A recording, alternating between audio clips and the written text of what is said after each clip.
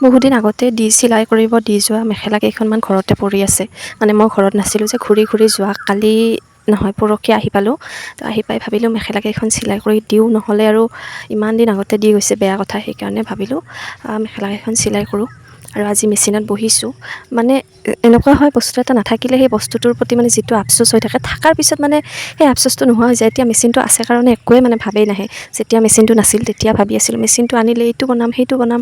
এতিয়া চব জিৰ' হৈ গ'ল, মানে একো বনাবই ইচ্ছা নাযায়। তাৰপিছত তথাপিও নবনালেতো উপায় নাই।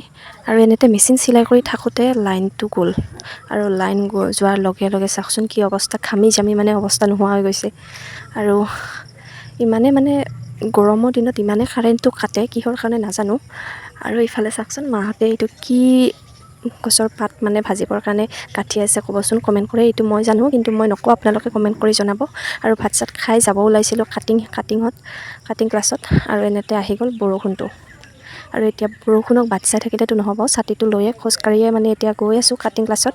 আৰু কাটিঙত যিমানবিলাক গণিতৰ নিচিনা এইবিলাক মানে ফৰ্মুলা শিকাই থাকে, সেইখিনি যদি মই মেট্ৰিকৰ সময়ত শিকিলোঁ হয়, ৰিজাল্টটো খুব বেছিয়ে ভাল হ'ল হয়। মানে মই প্ৰথম ভাবিছিলোঁ একো শিকিব নালাগে চাগে, এনেই অলপমান মানে দেখাই দিলে পাৰি। কিন্তু এতিয়াহে গম পাইছোঁ কি শিকিব লাগে, বাপৰে। আৰু নাজানো কেতিয়ালৈকে সম্পূৰ্ণ শিকিব পাৰোঁ। তথাপিও চেষ্টা কৰি আছোঁ, চাওঁ কিমান দূৰ আগবাঢ়িব পাৰোঁ।